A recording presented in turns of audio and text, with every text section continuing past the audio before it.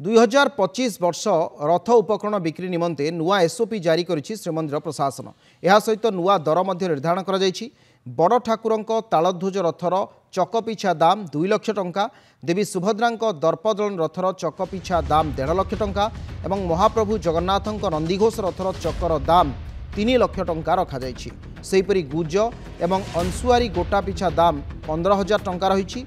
प्रभा पिछा दाम 25,000 टंका रही। तेबे प्रत्येक रथर गोटे लेखाएं चक किणिले दाम 6 लाख टंका स्थिर करा जायछि। आवेदन शेष तारीख सेप्टेम्बर मास 15 तारीख रही श्रीमंदिर नीति प्रशासक सूचना दैछन्ति।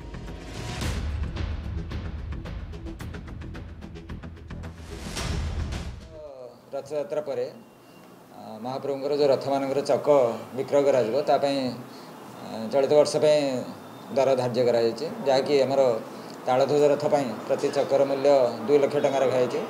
सेपरी माँ सुभद्रा रथ देवदलन रथर चक 1.5 लाख टंका एवं नंदीघोष रथ प्रभु महाप्रभु श्री जगन्नाथ 3 लाख टंका सर्वमोट 6.5 लाख हो। किंतु पैकेज रे जदि कहीं नवाक चाहती 3टी जाक चक ताले 6 लाख टंका देवाक पड़े।